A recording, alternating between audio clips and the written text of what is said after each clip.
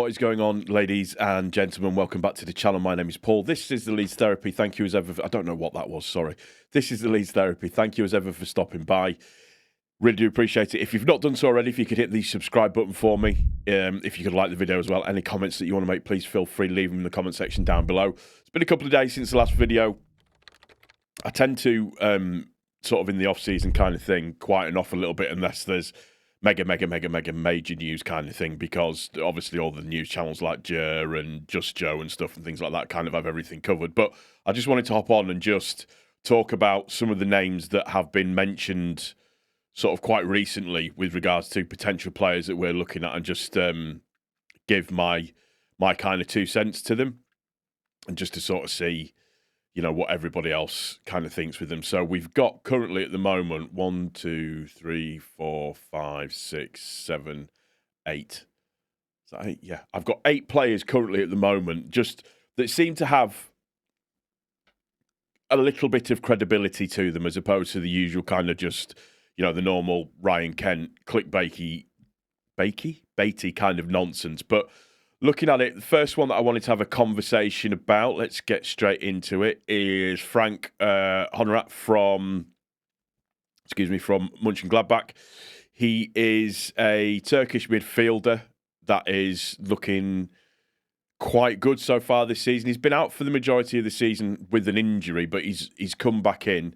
And so far this season, overall, he's gotten 18 games and 5 goals. He's a tricky kind of winger type player. That's looking at the Solomon side of things. If we don't get Solomon, that's more of a kind of, I'll get into that in a little bit, actually, just looking at it. 18 appearances and 5 goals so far this season. He can play pretty much anywhere across the attacking line. Good, skillful, fast, pacey winger. From a fee point of view, the mooted figure on it is probably somewhere in the region of about 10 million, which isn't a bad stab at it. If that actually does come off, wouldn't be the worst thing in the world. And now, the player for me that has divided a lot of opinion because of a video that I made recently about it, and I just feel like I need to clear it up. Obviously, there's Betto that has been linked with us. 32 appearances in the Premier League this season, 10 goals overall, and a lot of people are saying that he's not the right sort of player for us. And whilst I get 100%, I get what you're saying or how you feel about that. Just if you remember, in terms of what I was saying, where we need to be shopping for certain players. And listen, I'm not saying that Betto would be the answer for us, but what I am saying is we need combative, strong players in terms of the level that we're actually looking at. This season is about sustaining Premier League status. That's what this season is all about, and that's what we need to be looking to do. So we need to, I think, recruit accordingly for that overall. Just humble opinion. But yeah, Beto's in there. Fee-wise, not sure, but it has been mentioned across multiple sources that could potentially be somebody that we're looking at. And then a name that came around yesterday was Sean Longstaff.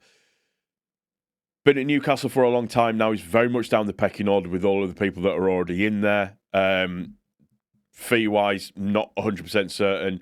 He has had 31 appearances this season. I don't think he started a game since, I want to say, October, November last season. No goals at all yet this season, but he's not a prolific scorer. Out of 213 appearances for Newcastle, he's got 16 goals overall. What he is a box-to-box energy-style midfielder that would work very, very well. And he has the experience of playing within a crowd or within an arena that comes with a lot of pressure, in my opinion. Obviously, playing at St James's Park, there's you know, a lot of expectation, a lot of noise that comes with that. And, you know, that's the sort of person that we would probably be needing to look at if we wanted, again, somebody that could fit into the mould and the style of play that we would want to operate in the Premier League. Moving over again now, James McAtee is a name that has been, again, mooted. It kind of goes away and then it keeps coming back again. I think on the basis we might potentially go at it from a loan point of view. Very, very skillful player. Very, very gifted player.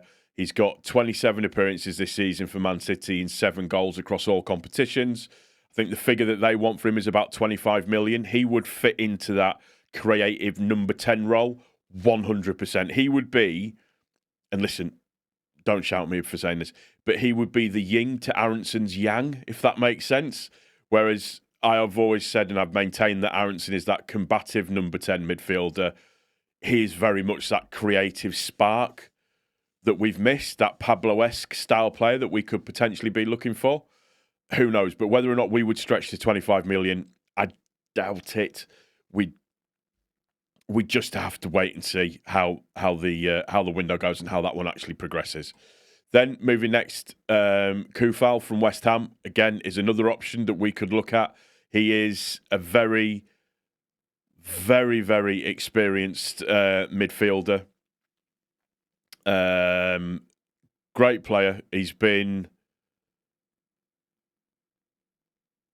very, very much an ever stay in the Everton squad. I think he's just a very, very, very good, reliable, experienced player. Somebody that you would probably more than likely want. He's got plenty of experience. He's played 22 times this season for West Ham, down the pecking order with what they've got there at the moment. So it's a case of, would he come into the team? Would he not? Would he be a squad fill for us? Would he be a starter for us if that was the option for him to come in? I don't know, but it wouldn't. But again, when you're looking at it in terms of levels where we want to be and the type of players that we want to sign with a bit of fight and grit for Premier League survival, I don't think it's the worst option out there at all. And then we have Buendia, a player who has been infinitely and consistently linked with Leeds, more so because of the Daniel Farke link, but he has been on loan for the second half of the season at Bayer Leverkusen. He has made 13 appearances, scoring 2 goals for them.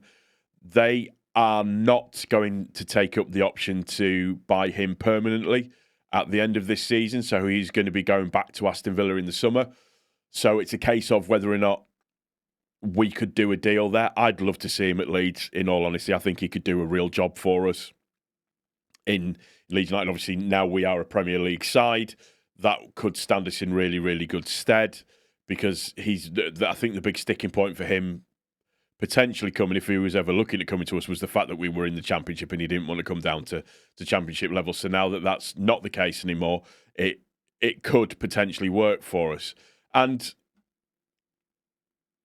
fee-wise, I'm not sure. It's obviously what he was sold for, what he's worth now, 20 million-ish maybe. So I don't know. I could be completely off the line with that one. Who knows?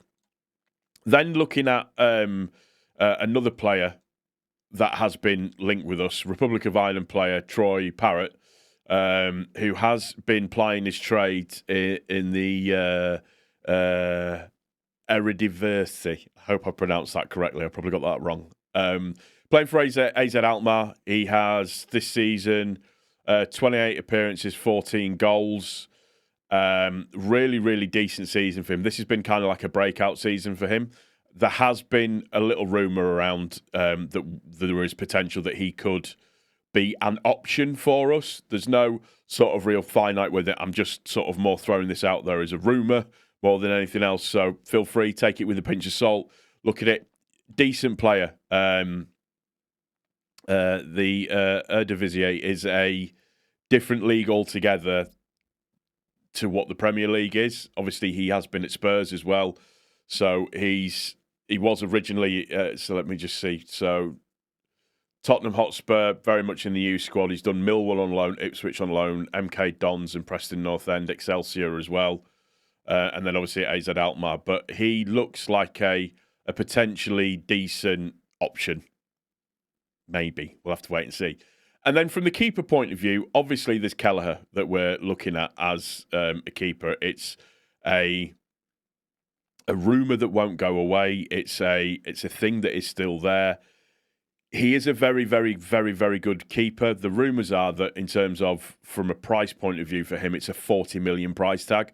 Whether or not that is something that we would look at, No, absolutely not. We would not, depending on who you believe in terms of the war chest that we might have between 100 and 150 million to spend on players, we wouldn't spend 40 million on one player, and we especially wouldn't spend 40 million on a keeper either, as good as what I think he is.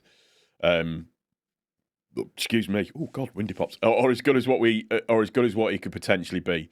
And then finally, I just wanted to touch on Manor Solomon.